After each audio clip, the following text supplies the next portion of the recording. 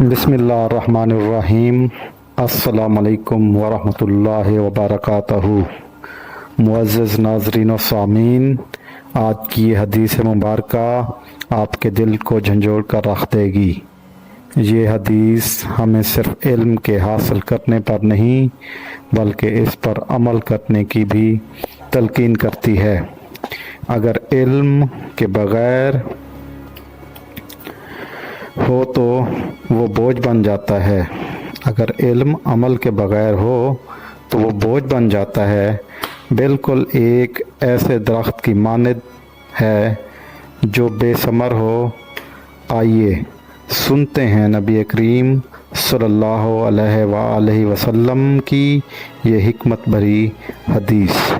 आपसे रिक्वेस्ट है कि आपने हमारा चैनल अभी तक अगर सब्सक्राइब नहीं किया तो हमारा चैनल सब्सक्राइब कर दें, बेल आइकन के बटन को दबा दें, और अगर आपको आज की हदीस अच्छी लगे तो इसे लाइक करना और शेयर करना हरगिज़ ना भूलिएगा।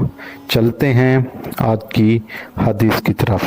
हदीस मुबारक उर्दू तर्जमा। हज़रत अबू दाद से रवायत है कि रसूलुल्लाह सल्लल्लाहु अलैहि वसल्लम ने फरमाया, जो आलिम लोगों को भलाई की तालीम देता है लेकिन ख़ुद को भूल जाता है, इसकी मिसाल इस चिराग की मानद है जो दूसरों को रोशनी देता है मगर ख़ुद को जला डालता है। तशरीह।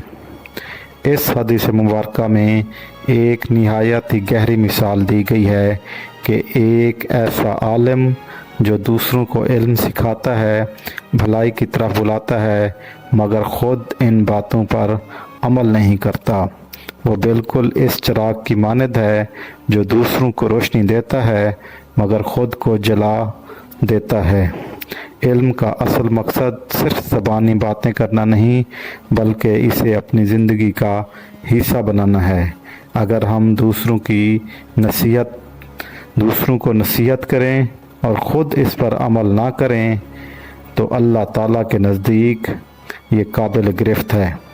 ये हदीस हमें इस बात की तंबा देती है कि इल्म की बरकत तब ही हासिल होती है जब अमल के साथ हो, और जब अमल के साथ ना हो तो ऐसे इल्म का कोई फ़ायदा नहीं है। इल्म के साथ अमल को लाजिम पकड़ें, ख़ुद भी नेक अमल करें और दूसरों को भी नेकी की दावत दें ताकि हम दुनिया और आखिरत दोनों में कामयाब हो सकें। अल्लाह ताला मुझे और आपको बाअमल बनने की तौफीक अता फरमाए। आमीन। आपसे दोबारा रिक्वेस्ट है कि अगर आपने हमारा चैनल सब्सक्राइब नहीं किया तो हमारा चैनल सब्सक्राइब कर दें, बेल आइकन के बटन को दबा दें, और अगर आपको आज की हदीस अच्छी लगी है तो इसे लाइक और शेयर करना हरगिज़ न भूलिएगा, और कमेंट्स में अपनी राय से ज़रूर हमें आगाह करें। जज़ाकल्लाह। अल्लाह हाफ़िज़।